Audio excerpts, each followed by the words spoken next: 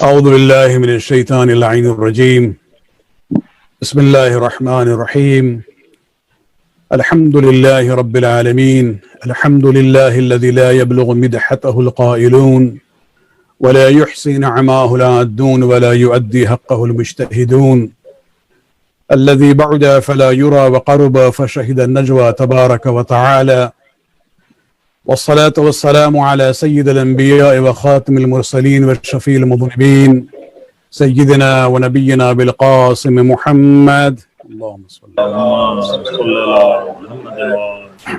محمد وعلى أهل بيته الطيبين الطاهرين المعصومين الذين أذهب الله عنهم الرجس وطهرهم تطهيرا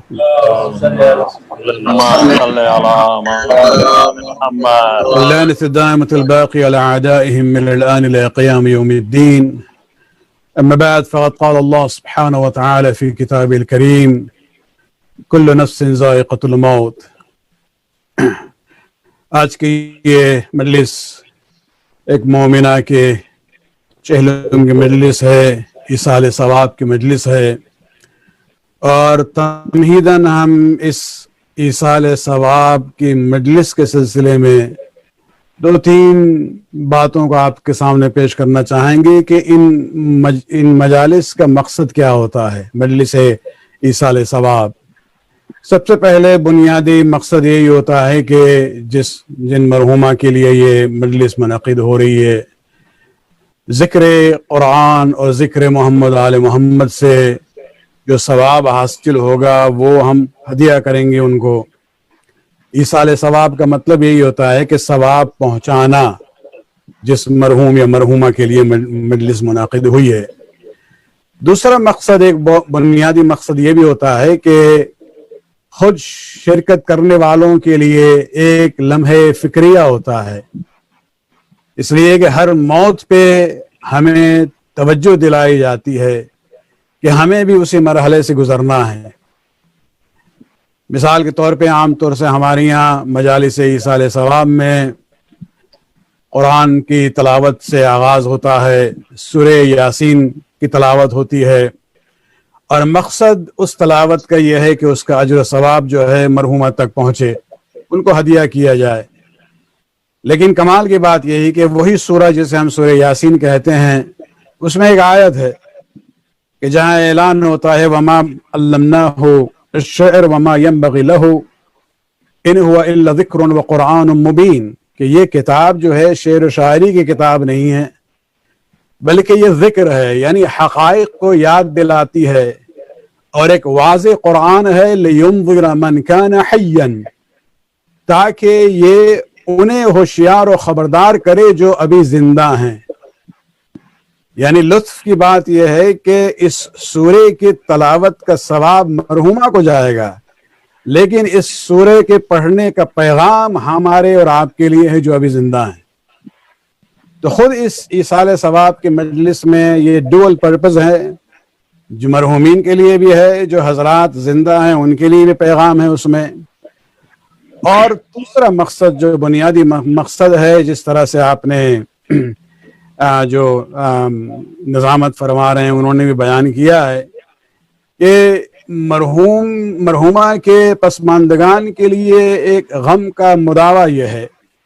آج کل ہیومن سائیکولوجی میں ایک کانسیپٹ ہے جہاں کہا جاتا ہے کلوجر آف گریف، کس طرح سے اپنے غم کو ایک لحاظ سے آپ اس کے اختتام کی طرف پہنچے، اور ہمارے لیے یہی عزائے حسینی ہے۔ عزائے حسینی کی تأسی کرتے ہوئے ہم اپنے مرحومین کے لیے بھی مثلا چہلم کے مجلس رکھتے ہیں، اپنے غم کو کربلا کے غم سے ملا دیتے ہیں، اور اسی طفیل میں آنسو بہاتے ہیں، روتے ہیں، اور اس سے ہمارے دل میں جو غم ہے اس کا مداوع ہوتا ہے۔ تو یہ ایک بنیادی مقصد ہے اس مجلس کا، جسے ہم مجلس ایصال ثواب کہتے ہیں، اور عنوان پہلے بھی پیشخانی میں پیش کیا گیا ہے موت کے حوالے سے۔ اسی تصور کو ذہن میں رکھتے ہوئے دو تین باتیں موت کے حوالے سے ہم آپ کے سامنے پیش کرنا چاہیں گے. ایک بار صلوات پڑھ دیں پلیز.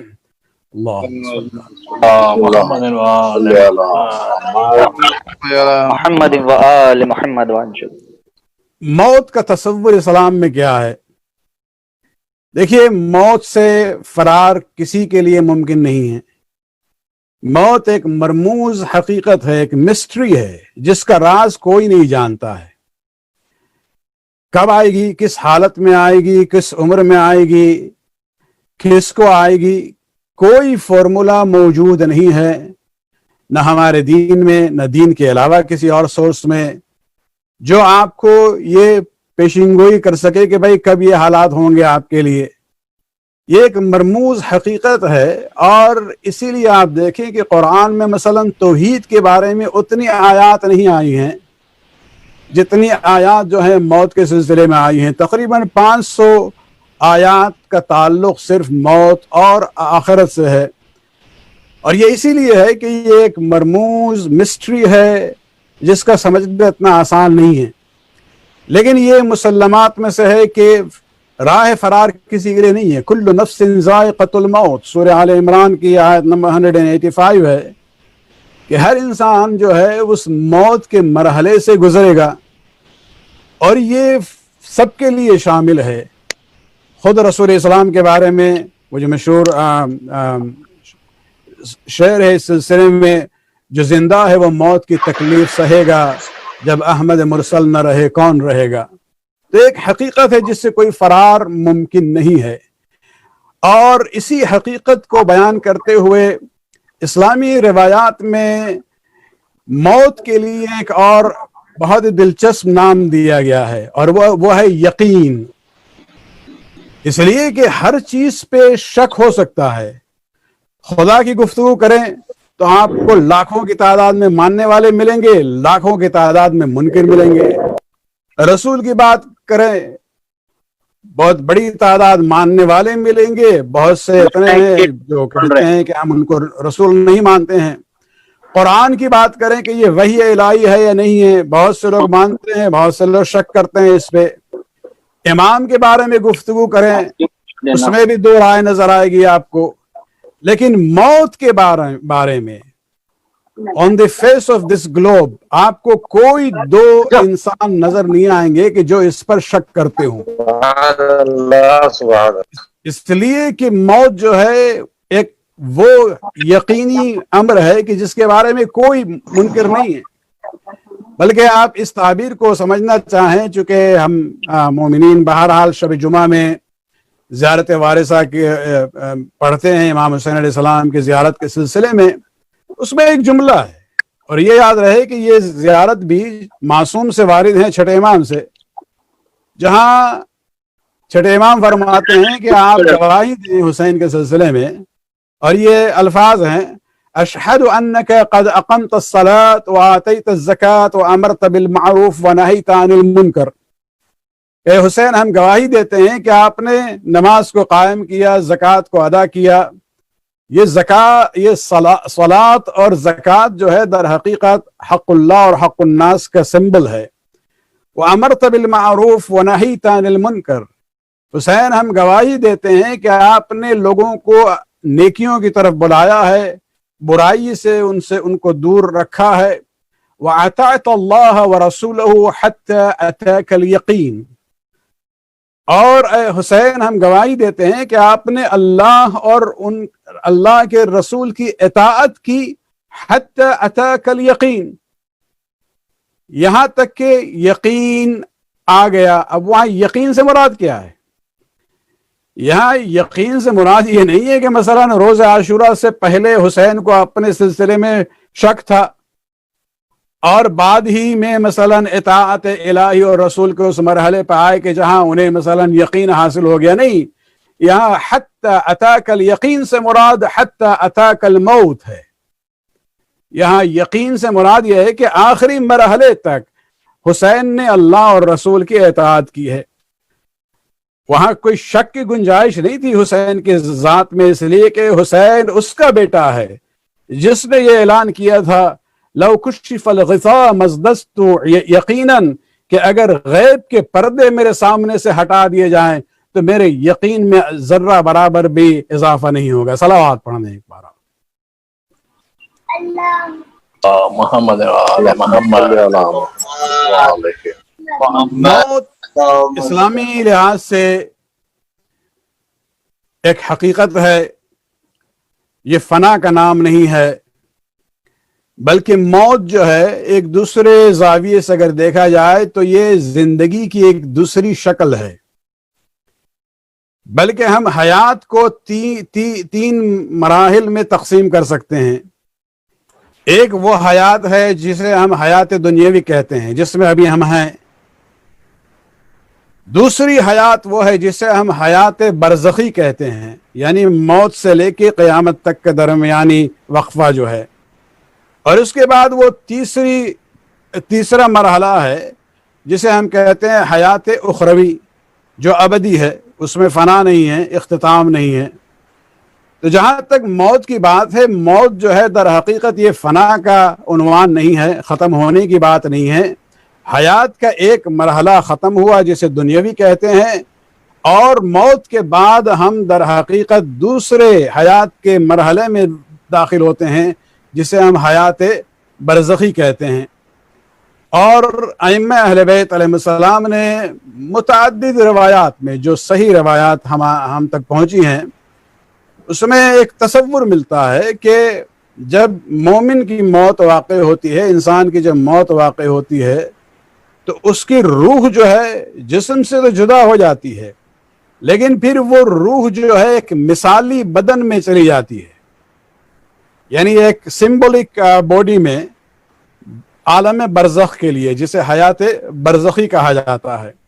تو ہمارے لیے موت در حقیقت جو ہے وہ فنا کا نام نہیں ہے، یہ فنا کا عنوان نہیں ہے، بلکہ یہ کنٹینیوٹی ہے. صرف ایک مرحلے سے دوسرے کی طرف جا رہے ہیں، صورت بدل رہی ہے.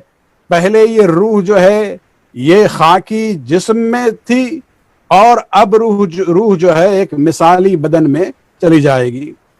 تو اسی تصور کو ذہن میں رکھتے ہوئے حیات برزخی کے سلسلے میں آج کے اس مجلس میں کچھ باتیں آپ کے سامنے برزخ کے حوالے سے ہم پیش کرنا چاہیں گے، اس لیے کہ اکثر حضرات اس سلسلے میں کبھی گھبرا بھی جاتے ہیں.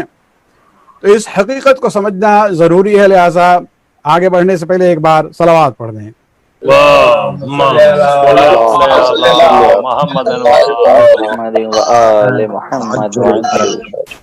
خداوند عالم نے قرآن میں برزخ کے عنوان سے بہت کچھ کہا ہے. جیسے ہم نے کہا تھا کہ چونکہ یہ عنوان بہت ہی مرموز ہے، ایک مسٹری ہے، لہٰذا خداوند عالم نے توحید سے زیادہ موت اور قیامت کا ذکر زیادہ کیا ہے. اور اس سلسلے میں صرف 2-3 آیتیں آپ کے سامنے ہم پیش کرنا چاہیں گے.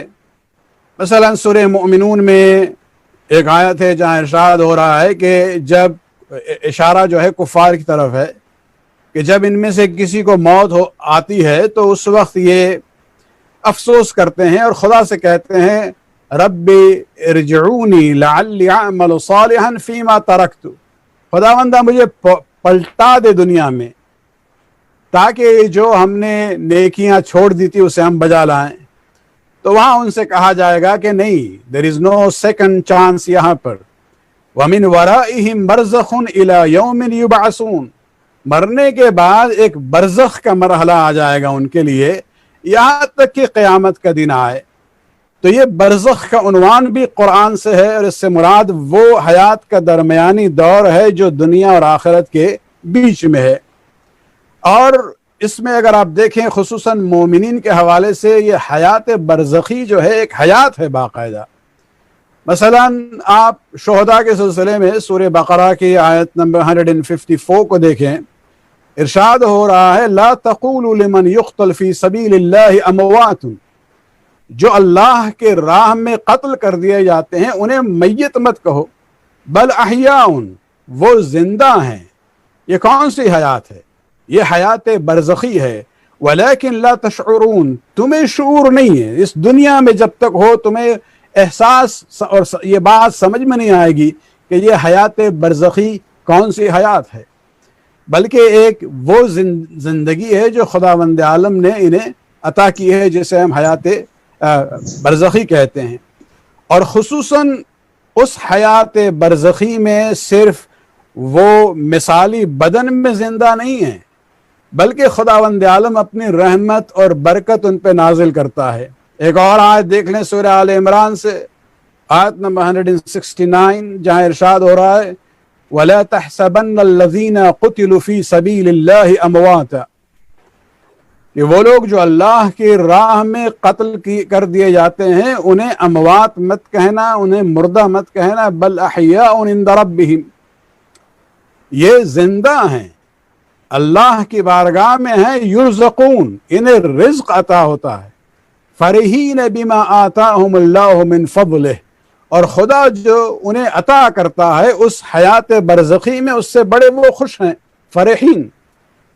وَيَسْتَبْشِرُونَ بِالَّذِينَ لَمْ يَلْحَقُوا بِهِمْ مِنْ خَلْفِهِمْ، اور وہ اپنے مؤمن بھائیوں کو ایک لحاظ سے بشارت دیتے ہیں کہ تم بھی آؤ، الا خوف علیہم ولا هم يحزنون، اس حیات برزخی میں مومنین کے لیے نہ خوف ہوگا نہ کوئی حزن اور غم کا سما ہوگا. تو یہ تصور جو ہے حیات برزخی کا، یہ فنا کے عنوان سے نہیں ہے بلکہ ایک حیات ہے، اس کی شکل بدل جاتی ہے. وہاں خداوند عالم اپنی رحمت بھی نازل کرتا ہے مومنین پر، ان کو نوازتا بھی ہے، رزق بھی دیتا ہے، عطا بھی انہیں ملتی ہے، اور وہ خوف اور غم سے پھر وہ محفوظ رہتے ہیں. اور اس بات سے پھر یہ بات کلیئر ہو جاتی ہے ہمارے لیے کہ جو حضرات سمجھتے ہیں کہ بھئی یہ سورہ فاتحہ کا فائدہ کیا ہے مردوں کے لیے، یا مثلا یہ مجالس جو ہوتی ہیں اس کا فائدہ کیا ہے مردوں کے لیے، یا جو ہم عمل خیر کرتے ہیں، چیریٹی کا کام کرتے ہیں مرحومین کے لیے، انہیں فائدہ کیا ہے، ان آیات سے یہ تصور سامنے آتا ہے کہ حیات برزخی میں اگر ایمان کے ساتھ ہم اگر پہنچتے ہیں تو وہاں خداوند عالم اپنی رحمت اور برکات کو بھی نازل کرتا ہے. صلوات پڑھنے کا اللهم صل على محمد. عجل فرجه. لیکن جو اہم مرحلہ ہے یہ ہے کہ ہم حیات برزخ کے لیے، برزخی کے لیے کس طرح سے اپنے کو تیار کریں. اور یہی در حقیقت ہمارا مقصد ہے آج کے مجلس میں، اس لیے کہ جب ہم فیوچر پلاننگ کی بات کرتے ہیں، مستقبل کے پلاننگ کی، تو یہ کوئی غلط تصور نہیں ہے. ہر انسان، ہر عقل مند انسان کو اپنے بارے میں پلاننگ کرنی چاہیے کہ ہمیں کیا کرنا ہے. ہمیں یاد ہے ایک بار ہمارے سینٹر میں یہاں پر ایک فائنینشیل پلاننگ پر ایک سیمینار ہوا تھا، جس میں ایک اہم ایکسپرٹ کو لے آئے تھے یہ لوگ جو بینکنگ بیک گراؤنڈ کے تھے، اور اس نے ایک پاور پوائنٹ پہ ایک چارٹ بنایا اور اس نے کہا کہ دیکھیے ہمارے زندگی کے 3 مراحل ہیں. ایک بچپنے کا دور اور تعلیم کا دور ہے، اس کے بعد درمیانی مرحلہ ہوتا ہے جہاں ہم ورک فورس میں آ جاتے ہیں، کام شروع کرتے ہیں، اور آخر میں زندگی میں وہ دور ہے جو ریٹائرمنٹ کا دور ہوتا ہے. اس کا یہ کہنا تھا کہ یہ جو ہمارا سیکنڈ سٹیج ہے اس دنیا میں، جہاں ہم کام کرتے ہیں، کماتے ہیں، اسی میں ہمیں پلاننگ کرنی ہوگی اپنے ریٹائرمنٹ کے لیے، کہ جب تک ہم پلان نہ کریں ہمارے ریٹائرمنٹ کا دور جو ہے اتنا خوشگوار نہیں ہوگا. اس کے بعد ایک اور سیمینار ہوا جہاں کسی اور حوالے سے گفتگو ہو رہی تھی، تو ہم نے اسی چارٹ کو اپنے پاور پوائنٹ میں پیش کیا تھا کہ ہمارے یہاں پہلا مرحلہ اس زندگی کا وہ ہے کہ جہاں ہم تعلیم حاصل کرتے ہیں، اس کے بعد ہم ورک فورس میں شامل ہوتے ہیں، کام کرنا شروع کرتے ہیں، کماتے ہیں. اس کے بعد پھر جو ہے ریٹائرمنٹ کا دور ہوتا ہے. ریٹائرمنٹ کے دور کے لیے ہمیں تیاری کرنی ہوگی اس دور میں جب ہم کماتے ہیں.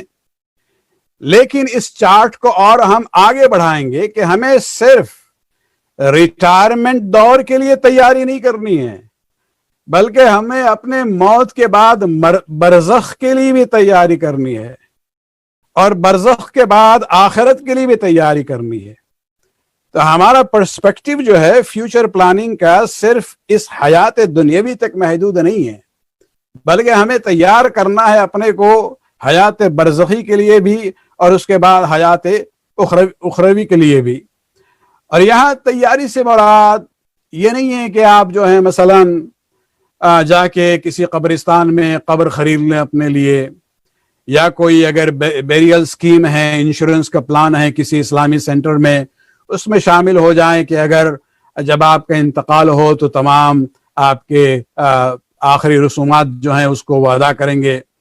یا وصیت لکھنے کی بات نہیں ہے، یہ تمام چیزیں ضروری ہیں اپنی جگہ پہ، لیکن موت کی تیاری سے مراد یہ قبر خریدنا نہیں ہے، وصیت لکھنا نہیں ہے، بلکہ برزخ اور آخرت کے لیے تیار ہونا ہے۔ اور اس سلسلے میں ہماری ہدایت کا جو منبع ہے وہ اہل بیت ہے ہمارے لیے۔ 3-4 احادیث آپ کے سامنے ہم پیش کرنا چاہیں گے۔ سب سے پہلے حدیث امام جعفر صادق علیہ الصلوۃ والسلام کی ہے۔ اللهم صل على محمد وآل محمد۔ ارشاد ہے واللہ ما اخاف علیکم الا البرزخ۔ امام فرماتے ہیں کہ شیعوں کے بارے میں کہ ہمیں تمہارے سلسلے میں کوئی فکر نہیں ہے سوائے تمہارا جو برزخ کا مرحلہ ہے۔ فَأَمَّا إِذَا صَارَ الْأَمْرُ إِلَيْنَا فَنَحْنُ أَوْلَى بِكُمْ، لیکن جب معاملات ہمارے ہاتھ میں دے دیے جائیں گے قیامت کے دن، لیے میزان کا حساب انہی کے پاس ہوگا، تو امام کہتے ہیں وہاں پھر ہم تمہارے لیے ہیں، لیکن ہمیں فکر ہے کہ برزخ میں تمہارا کیا ہوگا۔ ایک اور حدیث ذرا تفصیلی ہے چھٹے امام کی، جس میں ایک راوی ہے جن کا نام تھا عمر بن یزید، وہ مولا سے ایک سوال کرتے ہیں کہ انی سمعتک وانت تقول، کہ مولا ہم نے خود آپ سے سنا ہے اور مشہور بھی ہے کہ آپ فرماتے ہیں کل شیعتنا فی الجنہ علی ما کان فیہم، کہ آپ نے یہ ارشاد فرمایا ہے کہ ہمارے تمام شیعہ جو ہیں جنت میں جائیں گے جس حالت میں بھی وہ ہوں۔ تو امام نے فرمایا یقیناً ہم نے یہ کہا ہے کلہم واللہ فی الجنہ۔ چھڑے امام فرماتے ہیں کہ خدا کی قسم ہمارے شیعہ سب کے سب جو ہیں جنت میں جائیں گے۔ تو اب یہ صحابی جو ہیں وہ سوال کرتے ہیں کہ مولا ان الذنوب کثیرۃ کبار، لیکن ہمارے شیعہ بھی تو گناہگار بھی تو ہوتے ہیں، اور بہت سے ایسے ہیں جو بڑے بڑے گناہ کرتے ہیں۔ اس وقت مولا نے یہ ایک فارمولا اور ایک لحاظ سے ہمارے لیے ایک نشاندہی تھی۔ فرماتے ہیں اما فی القیامہ فکلکم فی الجنہ بشفاعت النبی المطاع او وصی النبی، کہ دیکھو قیامت کے دن تم جتنے شیعہ ہو سب کے سب جو ہے یا نبی یا وصی نبی کی شفاعت سے جنت میں جاؤ گے۔ وَلَكِنِّ وَاللَّهِ أَتَخَوَّفُ عَلَيْكُمْ فِي الْبَرْزَخِ، لیکن خدا کی قسم مجھے ڈر ہے تمہارے سلسلے میں کہ برزخ میں تمہیں کیا کیا جائے گا تمہارے ساتھ۔ تو یہ برزخ کا معاملہ جو ہے امام نے ایک لحاظ سے بوجھ اور ذمہ داری ہم پر ڈالی ہے کہ ہمیں تیاری کرنی ہے اس سلسلے میں۔ ایک اور روایت اس سلسلے میں آپ دیکھ لیں مثلا کہ تیاری کا مطلب کیا ہے، کس طرح سے تیار ہوں۔ تو 12 چھٹے امام کی روایت ہے جس میں فرماتے ہیں من احب ان یخفف اللہ عنہ سکرات الموت، وہ بندہ جو یہ چاہتا ہے کہ خداوند عالم اسے سکرات موت کے اذیت اور تکلیف سے آزاد کرے، فلیکن، اس کے لیے ضروری ہے کہ وہ 2 کام کرے، فلیکن لقرابتہ وصولا، سب سے پہلی بات مولا فرماتے ہیں کہ اس کے لیے ضروری ہے کہ وہ اپنے قرابت داروں سے صلہ رحمی کرے۔ دیکھیے اسلام جو ہے صرف خداوند عالم کی عبادت کا دین نہیں ہے، یہ معاشرت کا دین بھی ہے۔ اور جو تاکید قرآن میں ملتی ہے کہ اپنے رشتہ داروں کے ساتھ، قرابت داروں کے ساتھ اپنے تعلق کو برقرار رکھیں، ان کے ساتھ صلہ رحمی کریں، اس کے سلسلے میں جو آیات آئی ہیں وہ نماز سے بھی زیادہ اس کا حکم ہے۔ اور خصوصاً قرابت داروں میں امام فرماتے ہیں وَبِوَالِدَيْهِ بَارًّا، اور خصوصاً اپنے والدین کے سلسلے میں نیک سلوک کرو. اگر تم اپنے رشتہ داروں کے ساتھ صلہ رحمی سے کام لوگے، اپنے ماں باپ کے ساتھ نیک سلوک کرو گے، تو خداوند عالم سکرات موت کی اذیت سے تمہیں بچا دے گا. نہ صرف یہ، وَلَمْ يُصِبْهُ فِي حَيَاتِهِ فَقْرٌ عَبَدًا، اور صرف اس دنیا میں بھی خداوند عالم اسے فقر و فاقے سے ہمیشہ محفوظ رکھے گا. صلوات پڑھنے ایک بار. اللهم صل على وآل محمد وعجل فرجه. امیر المومنین سے ایک بندے نے سوال کیا، وَمَا الْاِسْتِعْدَادُ لِلْمَوْتِ، کہ مولا آپ اکثر کہتے ہیں کہ موت کے لیے تیار رہو، یہ موت کی تیاری سے مراد کیا ہے؟ بہت ہی پاورفل اور شارٹ سینٹنس میں امیر المومنین نے جواب دیا ہے. فرماتے ہیں اداء الفرائض واجتناب المحارم والاشتعمال على المکارم. تین چیزیں ہیں. نمبر ایک، اپنے فرائض کو ادا کرو. نمبر دو، جو محارم ہے، جو حرام چیزیں ہیں، ان سے پرہیز کرو. اور نمبر تین، اپنے میں وہ نیک اخلاق پیدا کرو، علی المکارم والاجتماع علی المکارم. اگر یہ تین چیزیں ہوں، ثم لا يبالي ان وقع علی الموت او وقع الموت علیہ، پھر اس بندے کو اس کی فکر نہیں ہوگی کہ موت اس کی طرف آ رہی ہے یا وہ موت کی طرف جائے. اور اس کے بعد وہ مشہور جملہ ہے مولا کا، جہاں فرماتے ہیں واللہ ما یبالی ابن ابی طالب اوقع علی الموت ام وقع الموت علیہ، کہ خداوند عالم کی قسم کہ ابو طالب کا یہ بیٹا جو ہے پرواہ نہیں کرتا ہے کہ یہ موت کی طرف جائے یا موت اس کی طرف آئے. امیر المومنین سے ایک بار ابو سفیان نے ثقیفہ کے واقعات کے بعد فوراً ہی بعد مولا کے دروازے پہ آیا اور اس نے کہا کہ علی، مجھے معلوم ہے کہ حق آپ کا ہے. کم سے کم ابو سفیان کو معلوم تھا کہ حق کس کا ہے. یہ جتنی بحث ہوتی ہے تاریخ میں، اگر ابو سفیان کو معلوم تھا تو دوسروں کو بہتر اور زیادہ معلوم ہونا چاہیے. تو وہ علی سے کہتا ہے کہ ہمیں یہ معلوم ہے کہ حق آپ کا ہے، آپ اگر چاہیں تو ہم آپ کی حمایت کے لیے تیار ہیں. مدینہ کی گلیوں کو ہم فوج کے ساتھ بھر دیں گے، گھوڑوں کے ساتھ، جو آپ کی حمایت کریں گے. تو امیر المومن نے کہا کہ ابو سفیان چلے جاؤ، ہم تمہارے عزائم سے واقف ہیں، تم جو ہیں ان حالات میں چاہتے ہو کہ اپنے لیے کوئی ایڈوانٹیج حاصل کرو، لہٰذا ہمیں تمہاری نیت پہ کوئی بھروسہ نہیں ہے، تم چلے جاؤ. تو ابو سفیان نے للکارنے کی کوشش کی اور کہا کہ مجھے معلوم نہیں تھا کہ ابو طالب کا بیٹا مرنے سے ڈرتا ہے. وہ جانتا تھا کہ علی جو ہے ابو طالب کا نام سن کے بڑے حساس ہو جاتے ہیں. اس وقت امیر المومنین کو وہ جملہ ہے کہ اے ابو سفیان، تم نہیں جانتے ہو کہ ابو طالب کا یہ بیٹا موت سے اتنا مانوس ہے جتنا شیرخوار بچہ اپنے ماں کے پستان سے مانوس نہیں ہوتا ہے. اور یہ سلسلہ، یہ تصور جو ہے کہ موت سے نہیں ڈرنا چاہیے، یہ اسی وقت ممکن ہے کہ جب ہم اہل بیت کی پیروی کریں، ذمہ داریوں کو ادا کریں، محرمات سے دور رہیں، نیک اخلاق اپنائیں، تو پھر وہی بات ہو جاتی ہے. اس میں کوئی جنریشن گیپ کی بات نہیں ہے. ایک مثال ہم دے دیں، ابھی مساجد کی طرف آنا نہیں ہے ہمیں، کہ آپ کربلا کا جب یہ قافلہ چل رہا تھا اور وہ مشہور جملہ آپ سنتے ہیں کہ اچانک جو ہے حسین ابن علی کے زبان پہ وہ جملہ آ جاتا ہے انا للہ و انا الیہ راجعون، جس پر جناب علی اکبر اپنے گھوڑے کو آگے بڑھاتے ہیں اور پوچھتے ہیں کہ بابا یہ کلمہ حق ہے، لیکن یہ موقع و محل کیا تھا؟ جس پر حسین نے یہ کہا ہے کہ ہم نے دیکھا ہے کہ کوئی آواز دے رہا ہے مجھے کہ یہ قافلہ موت کی طرف جا رہا ہے اور موت اس کی طرف آ رہی ہے. اس وقت علی اکبر کا سوال کیا تھا؟ یا ابتا السنا علی الحق، بابا کیا ہم حق پہ نہیں ہیں؟ جب حسین نے کہا کہ یقیناً ہم حق پہ ہیں، اس وقت وہی جملہ کہا ہے جو علی کی زبان سے تھا کہ پھر ہمیں اس بات کی پرواہ نہیں ہے اواقع علینا الموت او وقع الموت، اس میں ہمیں کوئی پرواہ نہیں ہے کہ ہم موت کی طرف جائیں یا موت ہماری طرف آئے۔ تو آپ دیکھتے ہیں کہ جو دادا نے جو جملہ کہا تھا، جو تصور تھا، وہی پوتے نے بھی کہا ہے۔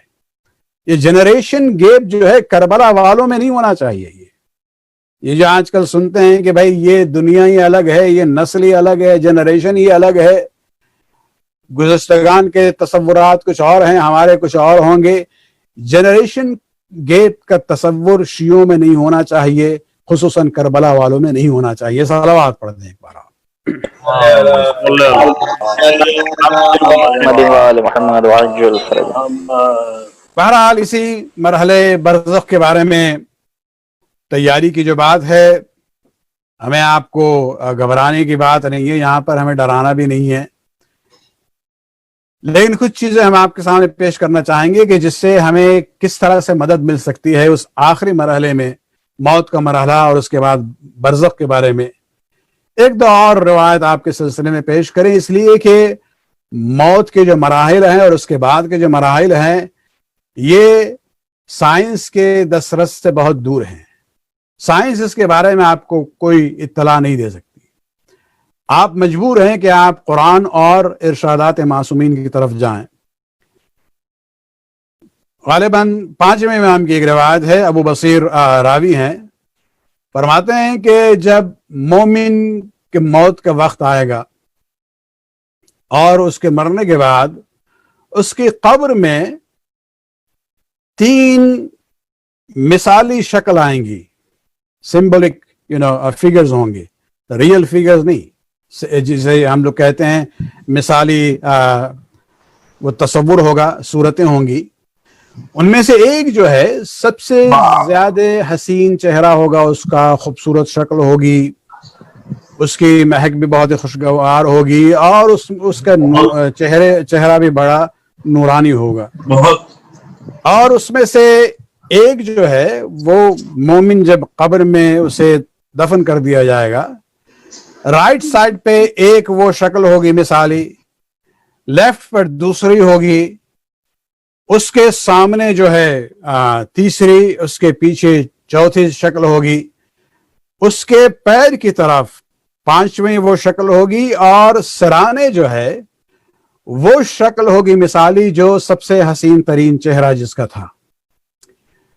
اور ان کا کام یہ ہوگا کہ اگر کوئی بھی عذاب کے سمبل یا اذیت کی باتیں سامنے آئے گی اس بندے کی طرف، تو یہ 6 ڈائریکشن تھے اس مومن کی حفاظت کریں گے۔ تو وہاں پر ان میں گفتگو ہو رہی ہے، اس میں سے جو سب سے خوبصورت شکل کا جو مثالی بدن ہے، وہ اپنے ساتھیوں سے پوچھے گا کہ تم اپنا انٹروڈکشن کرو، تم کون ہو، من انتم جزاکم اللہ۔ تو اس میں جو رائٹ سائڈ پہ ہے وہ کہے گا کہ ہم سمبولک مینیفیسٹیشن ہیں، یہ تجسم اعمال کا جو تصور ہمارے یہاں ہے کہ ہمارے اعمال جو ہیں اس کی ایک شکل ہوگی جو ہمارے مرنے کے بعد ہمارے سامنے آئے گی۔ تو یہ تجسم اعمال کی 6 شکلیں ہوں گی۔ تو جو رائٹ سائڈ پہ ہے وہ کہے گا انا الصلاۃ، اس بندے نے جو نمازیں پڑھی ہیں ہم اس کے مینیفیسٹیشن ہیں، یہ تجسم ہے اس کے نماز کے، اور ہماری طرف سے جو بھی عذاب کے چیزیں اس کی طرف آئے گی اسے ہم بچائیں گے۔ اور جو رائٹ سائڈ پہ ہے وہ کہے گا انا الزکات، اس نے جو خیرات دی ہے، لوگوں کی جو مدد کی ہے، جو خمس و زکات ادا کیا ہے، اس کا یہ ہم تجسم ہے یہ۔ اور اس کے بعد جو سامنے اس کے ہے وہ کہے گا انا الصیام، اس نے جو روزے رکھے ہیں اس کی شکل ہم ہیں۔ اور جو پیچھے ہے وہ کہے گا کہ ہم انا الحج والعمرہ، اس نے جو حج اور عمرے جو کیے ہیں اس کی ہم شکل ہیں۔ اور اس کے بعد جو پیر کی طرف جو تجسم ہوگا وہاں مینیفیسٹیشن، وہ کہے گا کہ انا بر من وصلت من اخوانہ، اس نے جو نیکیاں کی ہیں اپنے رشتہ داروں کے ساتھ، اپنے مومن برادران مومن کے ساتھ، ہم اس کے تجسم ہیں اور ہم اس کی حفاظت کریں گے اپنے اس ڈائریکشن سے۔ آخر میں یہ 5 تجسم اعمال جو ہیں، نماز اور زکوٰۃ اور سیام اور حج اور نیکیاں، یہ اس بندے سے مخاطب ہوں گے کہ تم ہم میں سے سب سے زیادہ خوبصورت ہو۔ تمہارے چہرے کی نورانیت سب سے زیادہ ہے، تم کون ہو؟ تم تو ذرا اپنا تعارف پیش کرو۔ اس وقت وہ کہے گا انا الولایۃ لآل محمد صلوات اللہ علیہ اجمعین۔ سبحان اللہ، صلی علی محمد۔ تجسم ہوگا اس ولایت کا جو محمد و آل محمد کی ولایت مومنین کے دل میں ہوتی ہے، اور یہ سب سے پاورفل ایلیمنٹ ہوگا ہمارے نجات کے لیے عالم برزخ میں۔ اور یہ جو ولایت کا ذکر ہو رہا ہے، اس کا فائدہ ہمیں مختلف مقامات پہ ہے۔ ایک روایت ہے خود امیر المومنین علی بن ابی طالب علیہ الصلوۃ والسلام سے، اللہم صلی علی محمد۔ راوی ہیں اسبغ بن نباطہ، یہ بہت ہی قریبی صحابی تھے امیر المومنین کے، اور ضربت کے بعد بھی کچھ گفتگو امام سے رہی ہے۔ تو یہ ایک روایت ہے جس میں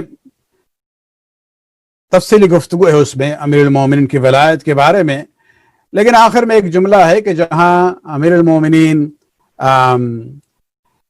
اسبغ سے اور جو دوسرے حضرات تھے خصوصاً حارث حمدانی سے خطاب کر رہے ہیں، یا حارث ابشرک یا حارث، اے حارث ہم تمہیں بشارت دے رہے ہیں، لتعرفنی عند الممات وعند الصراط وعند الحوض وعند المقاسمہ، کہ اے حارث ہم تمہیں بشارت دے رہے ہیں کہ 4 مقامات پہ تم مجھے دیکھو گے۔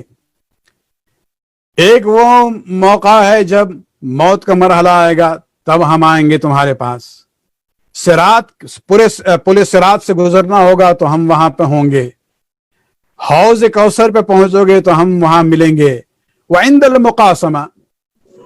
اب مقاسمہ کا عنوان ذرا غیر مانوس تھا حارث حمدانی کے لیے، تو وہ پوچھتے ہیں ومل مقاسمہ یا مولائی، کہ مولا یہ مقاسمہ یہ کیا ہے کہ جہاں آپ ملیں گے ہم لوگوں سے؟ تو فرماتے ہیں مقاسمۃ النار اقاسمها قسمۃ صحیحۃ، یعنی جب جہنم کی تقسیم ہوگی، لوگوں کی تقسیم ہوگی جہنم کی طرف، اس وقت ہم جہنم سے کہیں گے کہ یہ میرا چاہنے والا ہے لہٰذا اسے چھوڑ دو، اور یہ میرا دشمن ہے لہٰذا اسے گرفتار کر لو۔ اب یہ عنوان جو ہے یہ مقاسمہ کا، یہی وہ عنوان ہے جس میں ہم لوگ کہتے ہیں کہ علی قسیم النار والجنہ ہے، کہ یعنی لوگوں کو جہنم اور جنت کی طرف تقسیم کرنے والے علی ہیں۔ کبھی کبھی کہا جاتا ہے کہ بھئی آپ غالب ہو گئے ہیں، یہ باتیں نہ کہیں۔ بھئی اس میں کوئی غلو کی بات نہیں ہے، گھبرانے کی بات نہیں ہے۔ امام احمد بن حنبل کا نام تو سنا ہے آپ لوگوں نے، یہ حنبلی فقہ کے بانی ہیں۔ ان سے ان کے ایک شاگرد نے سوال کیا کہ اکثر کہا جاتا ہے علی کے بارے میں کہ علی قسیم النار والجنہ،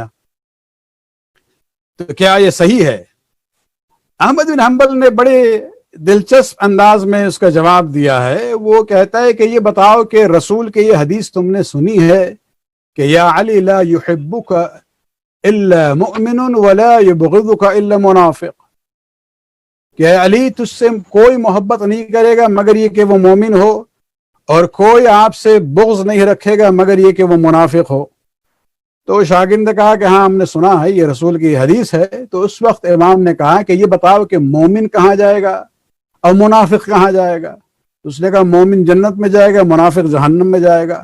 اس نے کہا یہی تو بات ہے جو کہا جاتا ہے کہ علی قسیم النار والجنہ ہے۔ صلوات پڑھنے ایک بار۔ اللہم صلی علی محمد۔ بہرحال یہ جو بشارت کی بات ہے کہ امیر المومنین وہاں پہ ہوں گے 4 مقامات پہ، یہ ہمارے لیے باعث امید ہے۔ ہمیں نا امید نہیں ہونا چاہیے، کبھی بھی ہوپ لیس نہیں ہونا چاہیے، لیکن بہرحال اپنے کو اس قابل بنائیں کہ صحیح معنوں میں ہم علی کے چاہنے والے اور ان کے شیعوں میں سے ہوں۔ ایک اور روایت پر ہم اس مجلس کو اختتام کی طرف لے جانا چاہیں گے بشارت کے حوالے سے، اور یہ چھٹے امام کی روایت ہے۔ صدیر السیرفی جو بیان فرماتے ہیں کہ سوال کیا اس نے امام سے کہ حل یکرہ المؤمن علی قبض روحہ، کیا جب ملک الموت مومن کی روح کو قبض کرتا ہے تو کیا اسے اذیت ہوتی ہے؟ اس کے لیے اس میں کراہت ہے، اسے ناپسندگی کا احساس ہوتا ہے؟ تو مولا فرماتے لا واللہ، خدا کی قسم جو ہے مومن کے لیے قبض روح کے مرحلے میں کوئی اذیت نہیں ہوتی ہے، اس لیے کہ جب ملک الموت اس کے پاس قبض روح کے لیے آئے گا تو ملک الموت کو دیکھ کے مومن بھی بہرحال گھبرا جائے گا، لیکن ملک الموت اس سے کہے گا کہ یا ولی اللہ، اے خدا کے دوست، تمہیں کوئی گھبرانے کی بات نہیں ہے، اس لیے کہ ہم تمہارے ساتھ جو ہیں تمہارے والد سے بھی زیادہ شفیق ہوں گے اور مہربان ہوں گے۔ افتح عینک فانظر، اپنی آنکھوں کو کھول کے تو دیکھو۔ البتہ یہاں سے مراد یہ ظاہری آنکھ نہیں ہے، وہ دل کی آنکھ کی بات ہو رہی ہے، یا اس عالم برزخ میں جو تصور ہے اس کی بات ہو رہی ہے کہ ملک الموت کہے گا، یعنی جو میت کے اطراف جو بیٹھے ہیں انہیں احساس نہیں ہوگا، لیکن یہ کلام جو ہے ملک الموت اور اس مومن کے بارے میں ہے کہ ملک الموت کہے گا اپنی آنکھوں کو کھول کے تو ذرا دیکھو، یمثل له رسول اللہ وامیر المؤمنین وفاطمہ والحسن والحسین والائمہ من ذریتہم، جیسے ہی وہ آنکھ کھولے گا مومن یا مومنہ، وہ دیکھیں گے کہ سامنے جو ہے رسول اسلام ہے، امیر المؤمنین ہے، فاطمہ الزہرا ہے، حسن اور حسین ہے، اور جو ائمہ ہے ذریت حسین سے، اور ملک الموت کہے گا دیکھو ھذا رسول اللہ وھذا امیر المؤمنین وھذا فاطمہ، اور یہ سب جو ہیں رفقاء کا، یہ تمہارے دوست ہیں، تمہارے چاہنے والے ہیں۔ تو جب وہ آنکھ کھلے گی اور وہ جب دیکھے گا ان حضرات کو، اس وقت جو ہے اس سے آواز دی جائے گی یا ایھا النفس المطمئنہ الی محمد واہل بیتہ، اے وہ صاحب نفس مطمئنہ جسے اطمینان ہے محمد و اہل بیت کے ساتھ، ارجع الی ربک، اپنے رب کی طرف پلٹا، راضیۃ بالولایہ، اس حالت میں کہ تم ولایت اہل بیت سے تم راضی ہو، مرضیۃ بالثواب، اور خداوند عالم کے اس ثواب سے بھی تم خوش ہوگے۔ فادخلی فی عبادی، میرے بندوں میں شامل ہو جاؤ، یعنی محمد آل محمد کے ساتھ شامل ہو جاؤ، وادخلی جنتی۔ ملک الموت کہے گا کہ اس اعلان کے بعد مومن جو ہے اگر اس سے پوچھا جائے کہ تم اب دوبارہ اپنے گھر والوں کی طرف لوٹ کے جانا چاہتے ہو یا ان لوگوں کے ساتھ جانا چاہتے ہو، اس وقت مومن کہے گا کہ مجھے دنیا میں نہیں جانا ہے، مجھے ان لوگوں کے ساتھ جانا ہے، اور اس کے موت کا مرحلہ جو ہے بڑی آسانی کے ساتھ طے ہو جائے گا۔